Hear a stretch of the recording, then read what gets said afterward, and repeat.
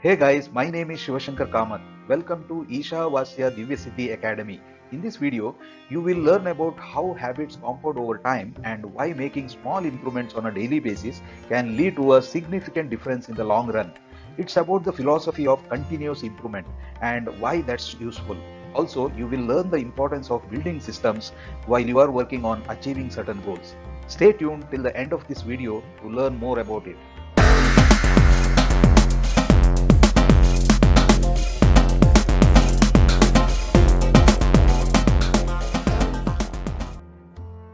To understand the importance of building systems, let's look at the story of British cycling team Team Sky.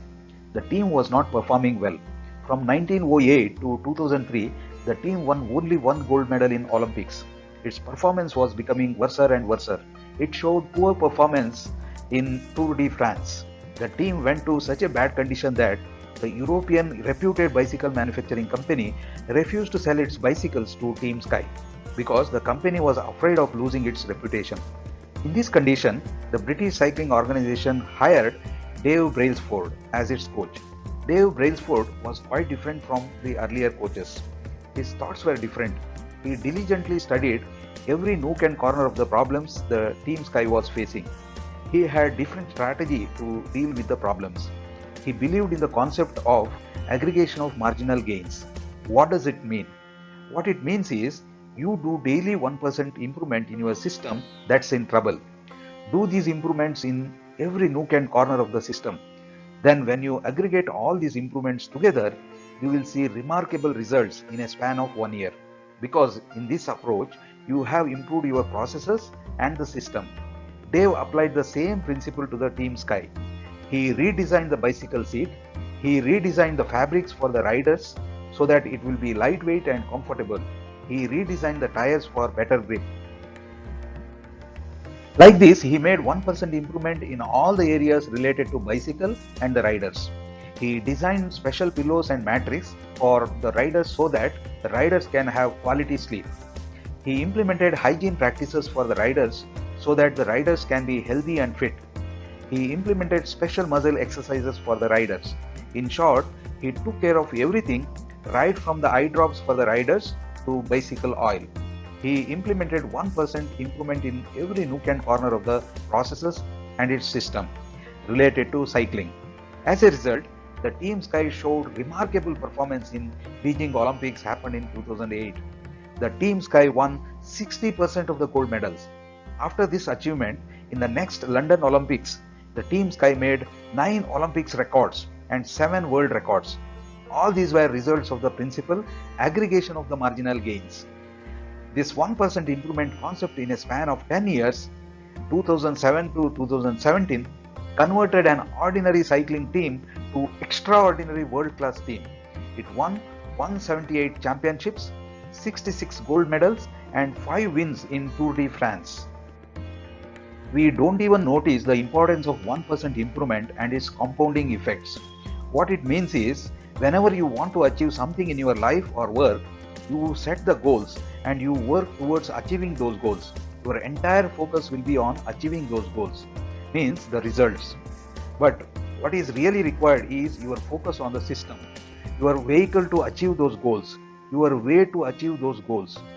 First, focus on building your system and its processes. Then your goal will be effortlessly achieved. In Bhagavad Gita, chapter 2, 47th verse, Lord Krishna tells Arjuna, Karmanye vadikaraste mapaleshu kadachana, ma karma phala hetu burma, te sangostava karmani. What does it mean? You have the right to work only, but never to its fruits. Let not the fruits of action be your motive, nor let your attachment be to inaction. The goals are result focused, whereas systems are driven by processes. There is a saying, people fail, but systems will not fail, because systems have strong foundation of processes and best practices. So do not focus just on goals because it will not work. Instead, first focus on building the system as a strong foundation to achieve your goals. Therefore, make systems first and then work towards achieving your goals.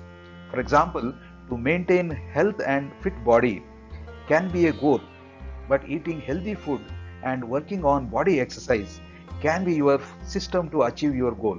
Similarly, getting 100% marks can be your goal, but daily getting up early in the morning to read and understand the subjects can be your system to achieve your goal.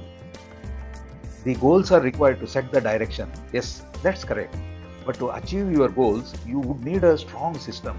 The system will be the way to achieve your goals. That's why great successful people follow the system and effortlessly achieve their goals. This is also one of the differences between winners and losers. Winners follow the system and work on 1% improvement principle, whereas losers just set the goals and put some diffused efforts with the entire focus on goals. In real life, it will not work. Just like any material is made of tiny particles, our life is also knowingly or unknowingly made of tiny habits called atomic habits. These atomic habits are actually driving us on daily basis. If you carefully observe your behavior, it's made of your tiny atomic habits. To be aware of these atomic habits can be the first step to orient your attitude and destiny the way you want to. If you keenly observe, the remarkable results are also built on atomic habits. Therefore, forget about the goals. First make the systems and then follow the systems. Generally, the habits can be changed in two ways. One, outcome based, two, identity based. Out of these two, the identity based approach is more effective. For example, there are two persons who want to quit smoking. The first one is outcome based, and if you offer him a cigarette, he will say like any other ordinary person, "No thanks, I am trying to quit smoking." Whereas the second person who wants to quit smoking based on identity will say, "No thanks, I am not a smoker." The sentence is very small, but its effect is more powerful. The second one is more effective, affirmative and confirmative than the first statement. Everyone wants to improve, but many don't want to change their identity. That's why they are not able to achieve greater results. Because all our actions are based on sets of beliefs that we have in our mind. What you do repeatedly, that becomes your identity.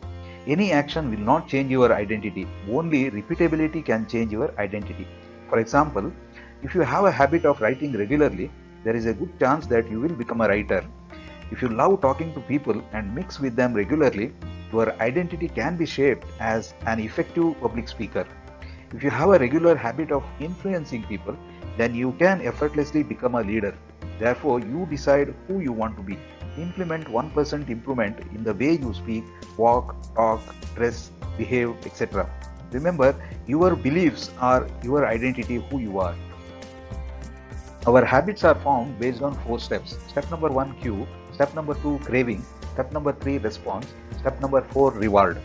The first step, cue, reminds you about the benefits of repeating certain habits. The second step, craving, creates strong desire to perform your habit. The third step, response, actually is the action you take, and your action gives you the result. The fourth step is the reward that you get as an outcome of your response. The reward can be pleasure, happiness, or learning new things. Your behavior is formed by repeated habits. Your repeated behavior forms your character. Out of these 4 steps, if any of these steps becomes weaker, then it will not become your habit. For example, if you remove your cue, then the habit even will not start. Reduce your craving, you will not feel like doing that. If you make your response difficult, then you will not continue your habit. If your reward is not satisfactory, then you will not continue your habit. Let's take an example to understand this better. Let's say you are sitting on a chair and your mobile rings. This is called cue. Then you want to read the new messages and you want to know what's written there. That's called craving. You will pick the mobile and to read the messages. This action is called response. After reading the new messages, what you felt is reward. As long as your reward is satisfactory, you will repeat your habit. If you want to build new good habit, then you have to make your cue visible, craving attractive, response easy, and reward satisfactory. Let's take an example to understand this better. If you want to build a book reading habit, as a first step, cue, you need to keep the books visible. Means you need to keep your books in such places that it will remind you about your new habit. The next step is craving. For this, you use bookmarks. Keep your books hand reachable so that your response can become easy. The last step is reward, to make your new habit satisfactory. For this purpose, keep the right books as easily accessible. If you want to break your bad habits, you reverse the process of building new good habits that we just discussed. Means keep your cue invisible, craving unattractive, response difficult, and reward unsatisfying. Let's understand this better. For example, if you want to quit your mobile addiction, the first step cue is to make it invisible. Means keep your mobile in such a place that you will not easily access it. The next step is to make craving unattractive. For that, you need to think about the disadvantages of continuously using your mobile. To make your response difficult, you can use complex password to open your apps. This will discourage you to see your mobile frequently because by default your brain hates doing complex activities. The fourth step is to make reward unsatisfying.